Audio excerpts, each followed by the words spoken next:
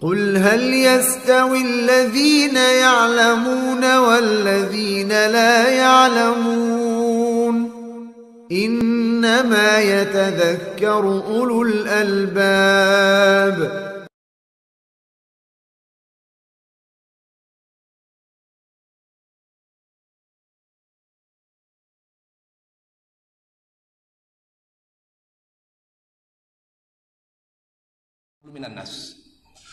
Berat masalahnya kalau kita masih punya sangkutan dengan manusia. Cinta dan taat kepada Allah saja tidak cukup, karena Allah tidak akan pernah mengintervensi urusan kita dengan manusia. Makanya Nabi Muhammad bersabda, "Ma lam yashkurin nas lam yashkurillah." Barang siapa yang tidak bersyukur kepada manusia, berarti dia tidak bersyukur kepada Allah Jalla wa Ala. Jadi kalau sekarang begini Ustaz, pertanyaannya, kapan kita siap mati? Siap dipanggil Allah Jalla wa Ala, kapan mau siap? Baik, kalau mau siap, pastikan hati ini cinta Allah atau tidak. Seperti yang tadi, 3. Lebih cinta Allah, mencintai siapapun karena perintah Allah, kita hanya cinta yang mendekatkan diri kepada Allah. Kemudian, apakah kita sudah mengikuti Rasul dari 6 perkara tadi? Kemudian, sudahkah kita selalu menghadirkan niat baik pada perkara-perkara mubah? Sudah? Alhamdulillah. Tapi dulu, jangan siap dulu. Sudah selesai belum urusan kita dengan manusia. Karena orang mati syahid pun akan dituntut karena hutangnya. Bayangkan mati syahid yang Allah Jalla wa Ala muliakan, yang mana Allah katakan, wala tahsabanna alladziina qutilu fi sabilillahi amwat bal ahya'un 'inda rabbihim yurzaqun. Jangan kalian mengira orang-orang yang wafat di medan perang mereka adalah orang-orang yang wafat, sebetulnya mereka itu hidup. Tapi kalau mereka meninggal punya hutang, tetap tuntutan berlaku bagi dia. Jadi bagaimana caranya kita ketika Allah mencabut nyawa kita? Pertama, kaitan urusan kita dengan manusia 2. Kehormatan dan harta. Ma yata'allaq bihaqqin nas, yang berkaitan dengan hak manusia 2, kehormatan dan harta. Baik, kehormatan, ghibah dan menghina. Menghina secara langsung. Kata ulama, ghibah. Kalau kita menjelek-jelekan orang lain dan dia tidak di hadapan kita, maka itu adalah sama saja kita menyumbang pahala kita kepada orang tersebut. Kalau kita tidak minta maaf, akan dituntut nanti, diambil pahala sholat kita, diambil pahala zakat, bisa. Kalau 1-2 orang, kalau 10 orang, 1 orang, para jamaah, cinta dan taat hanya menyelamatkan kita sampai ke kontoroh. Jadi kita bisa selamat dari neraka. Lewat neraka, cinta dan taat kepada Allah. Tapi urusan hutang, nanti kita ditahan di sini. Di mana itu kontoroh?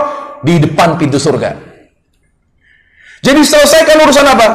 Urusan kehormatan. Kehormatan itu mencaci, mencela manusia dan menggibahinya. Maka caranya bagaimana kata ulama?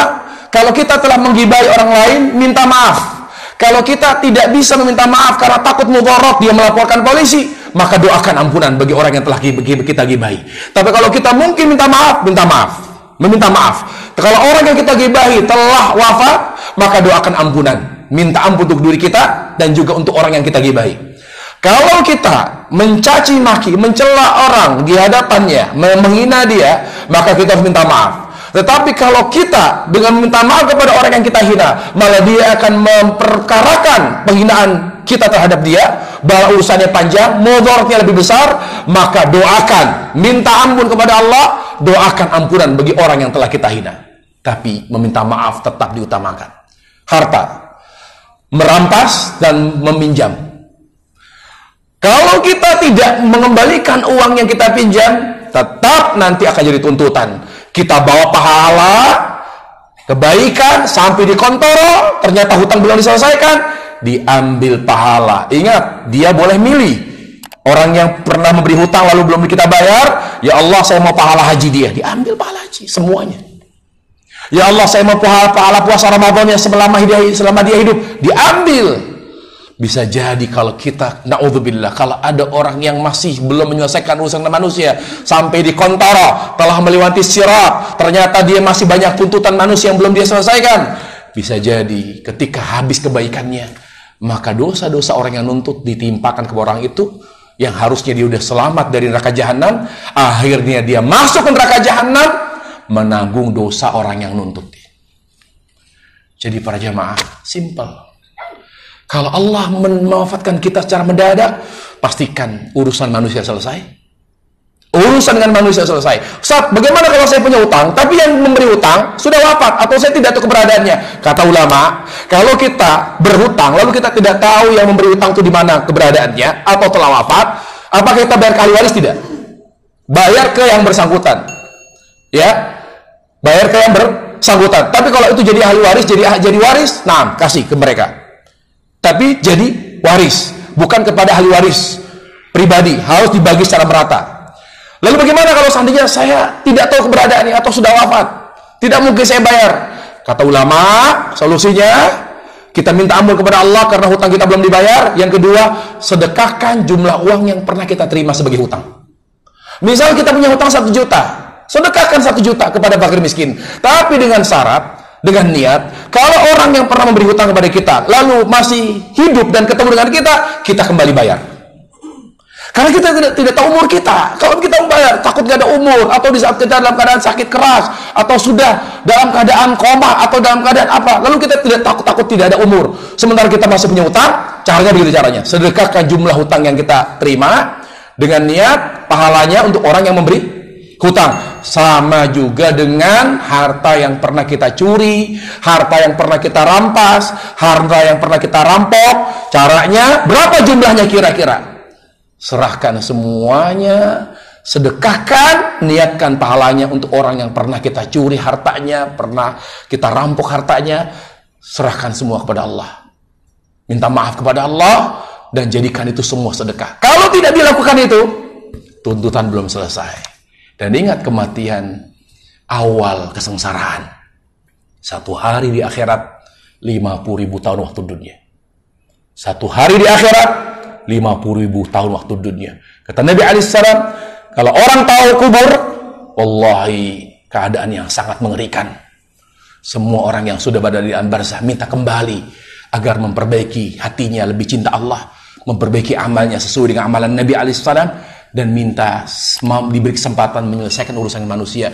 Jadi selama kita diberi kesempatan dan diberi napas oleh Allah, perhatikan fokus 3: cinta, taat, dan segera selesaikan urusan kita dengan manusia. Setelah itu, serahkan semua urusan hidup kita kepada Allah. Dipanggil nanti malam, besok, serahkan semua kepada Allah. Titipkan anak kita kepada Allah. Titipkan istri kita kepada Allah. Titipkan keluarga, harta kepada Allah Jalla wa'ala.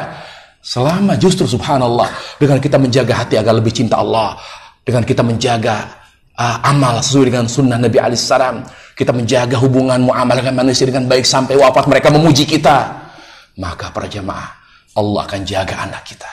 Ihfadillah yahfadka. Jagalah agama Allah, jagalah hidupmu agar tetap cinta, taat, dan selalu baik di mata manusia.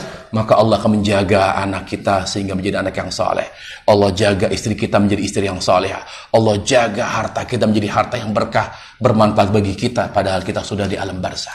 Semoga Allah Subhanahu wa taala mengampuni dosa-dosa kita. Semoga Allah meneguhkan hati kita di atas iman, di atas sunnah. Semoga Allah Jalla wa'ala mewafatkan kita dalam keadaan husnul khatimah.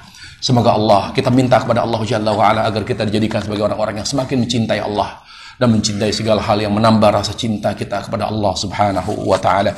Wa sallallahu wa sallam wa barak ala Muhammad wa ala alihi wa sahbihi wa sallam. Walhamdulillah alamin.